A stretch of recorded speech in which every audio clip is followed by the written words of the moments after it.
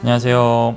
이호진 변호사입니다. 오늘은 어떤 주제에 말씀드리려고 하냐면 학교 외부에서 형사사건에 휘말리는 청소년들이 있습니다. 비행 청소년. 저도 어렸을 때 꿈이 나는 거였거든요. 그 비행의 비행은 아니고. 자, 아무튼 우리 학생들이 비행을 많이 저지르고 있어요. 그래서 내 자녀가 소년 보호 사건에 송치된다고 하면 과연 어떻게 대비를 해야 될까? 이런 문의가 많아서 오늘 주제를 정해봤습니다.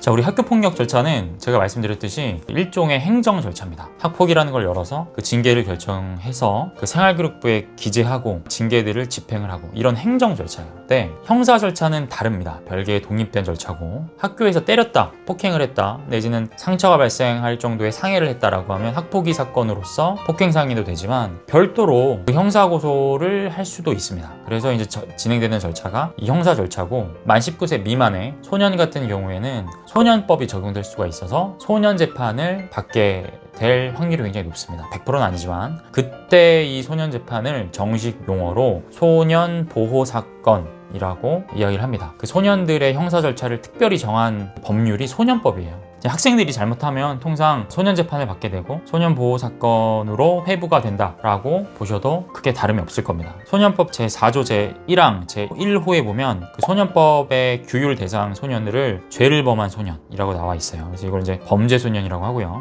법령에 저촉되는 행위를 한 10세 이상 14세 미만의 소년, 이거를 우리가 흔히 알고 있는 촉법 소년이라고 합니다. 법령에 저촉되는 행위를 할 우려가 있는 소년들, 이걸 이제 우범 소년이라고 하는데 아직 범죄를 저지르지는 않았지만 범죄를 저지를 우려가 있는 친구들을 소년법상의 소년보호 사건으로 처벌할 수 있고 소년보호 처분을 내릴 수 있는 대상으로 보고 있습니다. 예를 들면 오토바이를 굉장히 소란스럽게 타고 다닌다거나 담배를 피우고 다닌다거나 그런 행동을 하면서 주변에 피해를 주는 소년들을 아직 정확한 범죄를 저지르지는 않았지만 소년보호 사건으로 회부해서 소년보호 처분을 할 수가 있습니다. 어쨌든 소년보호 사건의 적용 대상은 범죄소년, 촉법소년, 우범소년을 이야기합니다.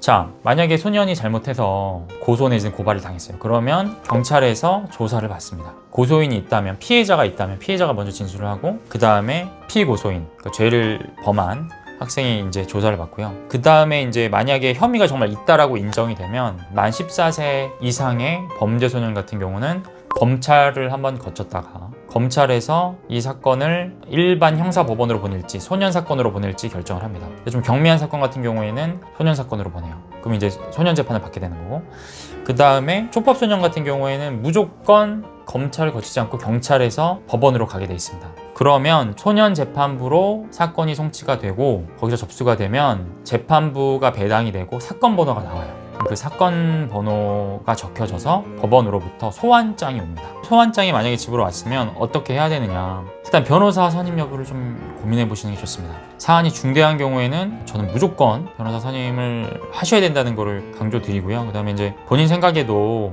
사안이 좀 경미해 보이는 사안도 일단은 변호사 상담은 꼭 받아보시는 걸 추천을 드립니다. 뭐 이거 별거 아니야 이렇게 생각하셨다가 나중에 좀 강한 소년보호 처분이 나와서 당하시는 경우가 많기 때문에 어느 경우에든 변호사 선임 상담을 받아보시고 선임 여부 결정하는 거를 좀 추천을 드리고, 그 다음 소환장이 집으로 오면 재판 기록 열람 복사를 하셔야 돼요. 피해자가 진술한 내용, 가해자가 진술한 내용, 그 수사기관에서 진술한 내용 일체가 다 법원을 넘어가게 되어 있습니다. 그래서 법원에 재판 기록 열람 복사 신청을 하셔가지고 수사기관에서 조사한 내용이 어떤 내용으로 되어 있는지는 확인을 하셔야 됩니다. 그 다음에 이제 보면은 조사관의 조사 명령을 소환장과 더불어 명하는 경우가 굉장히 많아요. 이게 뭐냐면 판사님이 재판을 하실 때 수사 기록만 가지고 판단을 하지 않습니다.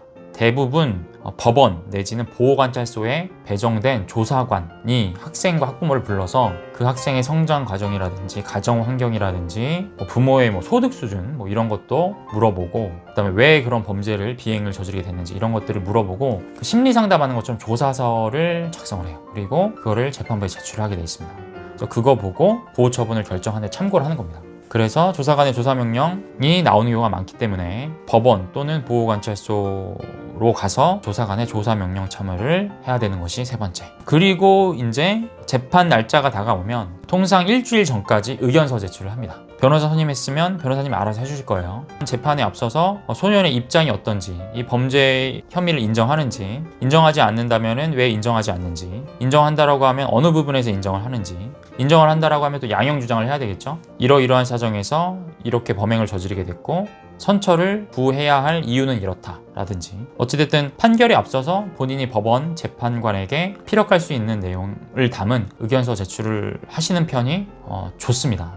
거의 필수라고 보시면 되고요. 그 다음에 이제 의견 제출한 다음에 재판에 기일을 참여하게 되시는 것이 5번째입니다. 재판에 가면요, 재판이 하루에 끝날 수도 있고요. 보통 경미한 사건 같은 경우는 하루에 끝날 수도 있는데 통상은 200일 이상 속행하는 경우가 많이 있습니다. 왜냐하면 이제 피해자랑 합의 이런 것들을 좀 보라고 하실 때도 있고, 그 다음에 학생이 좀 반성을 제대로 안 한다든가 이런 경우에는 한 번 더 기회를 주면서 반성할 기회를 갖자고 하실 수도 있고, 그래서 이제 기일이 좀 길어지는 경우가 있고요. 그 다음에 아예 이제 무죄 주장을 한다라고 하면 여러 가지 증거 방법에 의해서 증인 신문이나 이런 거를 할 수는 있어요. 근데 이제 실질적으로 많이 이루어지지는 않고 있고, 아예 사건을 이제 부인한다라고 하면 범죄 소년, 아까 말씀드렸듯이 만 14세 이상 같은 경우에는 검찰로 다시 사건을 송치할 수도 있습니다. 그래서 이제 좀 기일이 길어질 수도 있습니다. 그리고 또 만약에 이제 중범죄 같은 경우에는 소년분류심사원이라는 곳에 입소를 시킬 수도 있어요. 그래서 이제 거기는 거의 한 달 동안 집을 떠나서 입소를 해서 거기서 이제 교육도 받고 좀 더 체계적으로 조사도 받고, 그래서 이제 보고서 작성도 되어져서 이제 재판부로 올라가기도 하고 이러한 절차를 하는 겁니다. 소년법 제58조를 보면 소년에 대한 형사사건의 심리는 친절하고 온화하게 하여야 한다라고 하는데 원칙은 그래요. 근데 대부분 가시면 많이 호통을 치십니다. 판사님들이 학생에게 해오라는 것들이 좀 있을 수도 있어요. 근데 이제 나만 그런 게 아니라 이제 원래 그렇게 하는 거니까 그 부분에 있어서 이게 너무 불리하게 돌아가는 거 아닌가 이렇게 긴장하실 필요는 없을 것 같습니다. 자, 이렇게 해서 이제 재판이 끝나면 이제 보호 처분이라는 걸 내리게 돼요. 그래서 1호는 보호자 감호 위탁, 2호는 수강 명령, 3호는 사회봉사, 4호, 5호는 이제 보호 관찰, 단기, 장기 있습니다. 그다음에 6호, 7호는 파설 어떤 교육시설이나 수감기관에 가는 거고, 8호, 9호, 10호가 이제 소년원에 가는 겁니다. 또 여러 가지 병가도 할 수 있습니다. 이 조치들을 판사님이 상황에 맞게 그 소년에게 부과를 하는 겁니다.